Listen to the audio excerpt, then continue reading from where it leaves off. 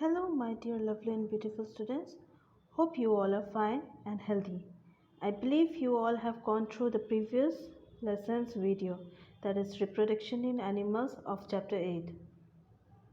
Today we are going to start with a new chapter, that is your chapter 9, adaptations in animals. Our chapter 9 is adaptation in animals. Now, what do we mean by the term adaptation? We have already discussed this term in your chapter 7, and that was adaptation in plants. Okay, so what is adaptation? Adaptation is the process of change by which an organism or species becomes better suited to its environment. In simple words, we can say that adaptation is the physical or behavioral characteristics of an organism that helps an organism to survive better in the surrounding environment. Okay, so what is it? Like, they have certain special features, and using that features they can survive in their habitat or in the environment. Okay, now what is habitat? It's the area where a particular animal is found naturally. Okay, so the place where the animal lives or stays, that is known as its habitat. We have a lot of varieties and types of animals, and they are found in all the places such as forest, desert, mountain, and water region, that is aquatic region. We even keep some animals in our homes such as dogs, cats, and many other pets which we grow in our house. Now, when we talk about adaptations, different animals need different conditions to live, and a place where an animal lives is called as its habitat. For example, if we take a camel, where does a camel live? It lives in a desert. Okay, and it cannot survive or live in polar regions. Polar region. A tiger, it lives in forest. Fishes are found in water or aquatic region. Now, when a particular animal lives in that particular place, it has certain special features that helps it to survive in its habitat. Like for instance, we can take a camel. It lives in a desert, right? And what are the features it has? It has large flat feet to spread their weight on the sand. Camels, they can go a week or more without water, and they can last for several months without food. But as for a polar bear, it can't survive in a desert because it have thick skin and fur. They have thick skin and fur, so they cannot survive in a desert region. They will obviously feel very hot out there. They survive only in polar regions.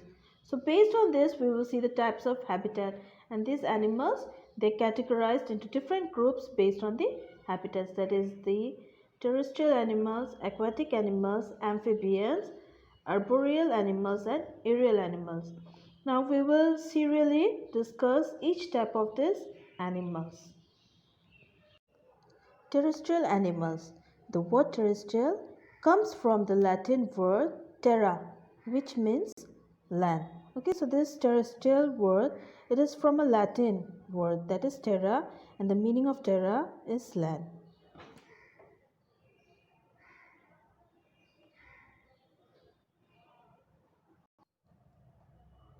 Terrestrial animals are those animals that live on land, and they have features that help them to survive or live on the land. Okay, now we will see a few examples such as lion or tiger. What they have legs that help them to run very fast to catch their prey, that is to hunt the food which they are going to eat, the animal which they will be hunting, to have them as their food. Similarly, deer, it also escapes from their predators, that is, like example we take as lion and tiger, they are the predators, they will hunt for deer, right? So deer also escapes from their predators. Polar bear, they can survive on polar regions due to their thick fur that protect them from cold. And animals living in deserts such as camel, they have thick skin that protect them from the sun's heat. Now, most of the terrestrial animals, what they breathe through? They breathe through their lungs, and they have well developed senses to search food and even escape from their enemies. Hibernation. What is hibernation? Some animals cannot bear cold weather, so to escape the harsh cold weather, they eat a lot of food during summers and then escape to caves or holes under the ground to sleep during the entire winter months. So this is called hibernation. So the thing is that when they cannot, there are few animals who cannot bear the cold weather, right? So what they do, they eat a lot during the summertime, and after that, during the winter months, they go to sleep. Okay, in short form, we can say long winter sleep also. That is hibernation. So we have seen the terrestrial animals. Next, we are going to see the arboreal animals. Who are called arboreal animals? Those animals mostly live on trees are called as arboreal animals.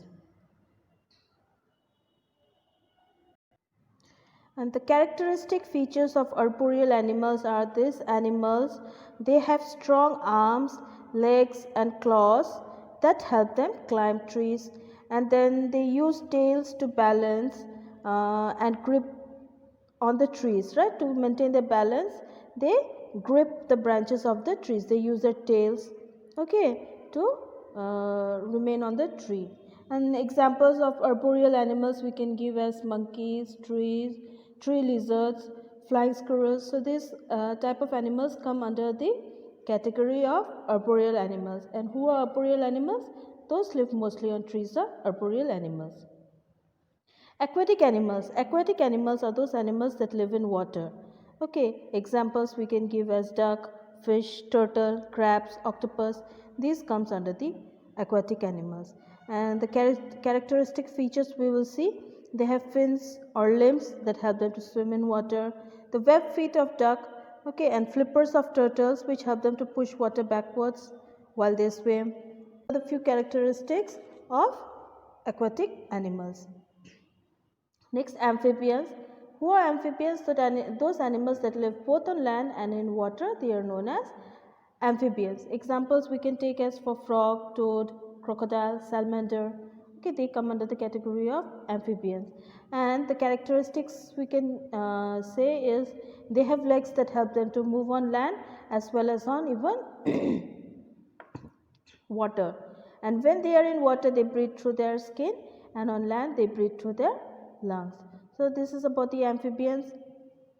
The last category of animal is aerial animals. Who are aerial animals? Animals that can fly or glide in the air. They are the aerial animals. What do you mean by the word glide? Glide means that is to move smooth or in a continuous motions, like we can see aeroplanes, they fly, no, in the air.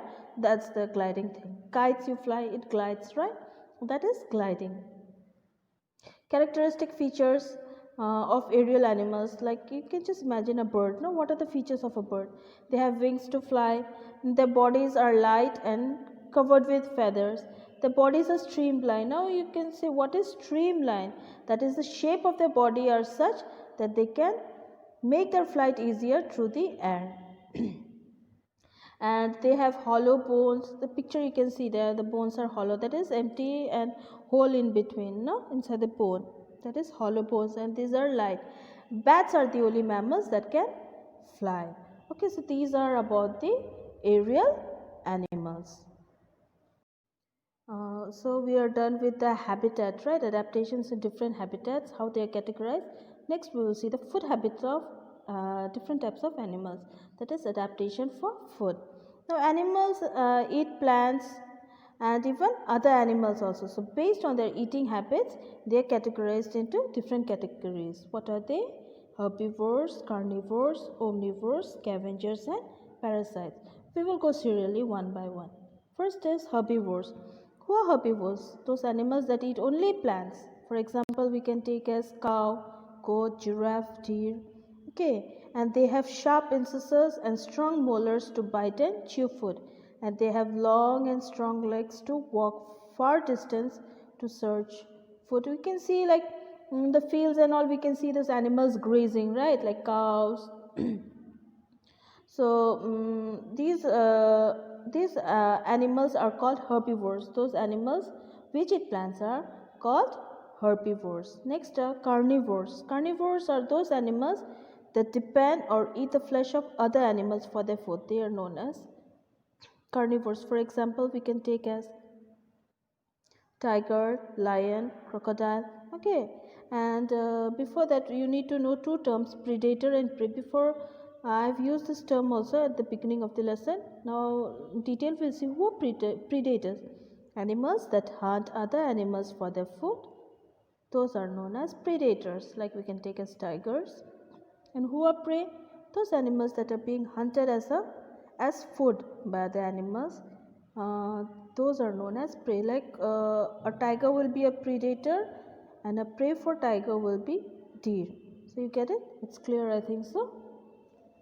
Okay. And what are the few characteristics of carnivores? They have sharp and pointed canines to tear the flesh of their prey. Flesh-eating birds also, such as eagle, they are also carnivores. They have strong claws to catch their prey and sharp beak to tear the flesh of whatever they're gonna feed on. Okay, so these are the carnivores. Next, we have the omnivores, those animals that eat both plants and animals. They are known as omnivores, like bear, crow, cockroach, even humans. Okay, pigs and hens also. These are all the omnivores. Next, the last category is last but one. We can take it as scavengers. And who are scavengers? Those animals that feed on dead animals, they are known as scavengers. Now, scavengers are called the cleaners of the environment. Why? Because they eat the dead remains of animals, okay, and they eat the dead organisms and they clean the environment. That's why they are known as the cleaners of the environment. Next, the last category are the parasites. Who are parasites? Parasites are those that feed themselves by feeding on living organisms. The living organisms on which a parasite feeds is called its host. They live either inside the body or on it. Okay, parasites for its food, they live inside the body or on it. Like examples we can take as mosquito, leech, okay, bugs, hookworms. All right. So these are few examples of parasites. The last topic of the lesson is adaptation for protection. Now, what is adaptation for protection? Okay, they have features which they use to protect themselves. That is adaptation for protection. Now, animals protect themselves from being eaten and live long to reproduce. For this, they develop various adaptations, like we can take point-wise. First of all, some they can run or they can fly away very fast, like rats. They run away from cat. A bird, it flies away quick from the predator. A deer, it runs fast to escape from a lion. Okay, that's how they can run and escape. Next, camouflage. What is camouflage? A body covering of some animals match the surrounding such that it becomes difficult to spot the animals. They blend their body colors with the surrounding. That is camouflage. For example, we can take as polar bears. They have white fur that match with the snow. Stick insect, it looks like a twig. Chameleon, they change their skin color to the surroundings. So it's hard to indicate or find out those animals which camouflage along with the surrounding, right? They blend their body colors with the surrounding. That's how they protect themselves. Some animals are too big to be eaten by others, such as whale and elephants. Some use their shells or spines for protection, such as turtle and snails. They hide themselves under the shells. Porcupines, they have spines. That's how they protect themselves. No, when someone comes to attack them, they release their spines and they protect themselves. But this is how they use their special features for protecting themselves. This is adaptation for protection. So we have come to the end of the lesson.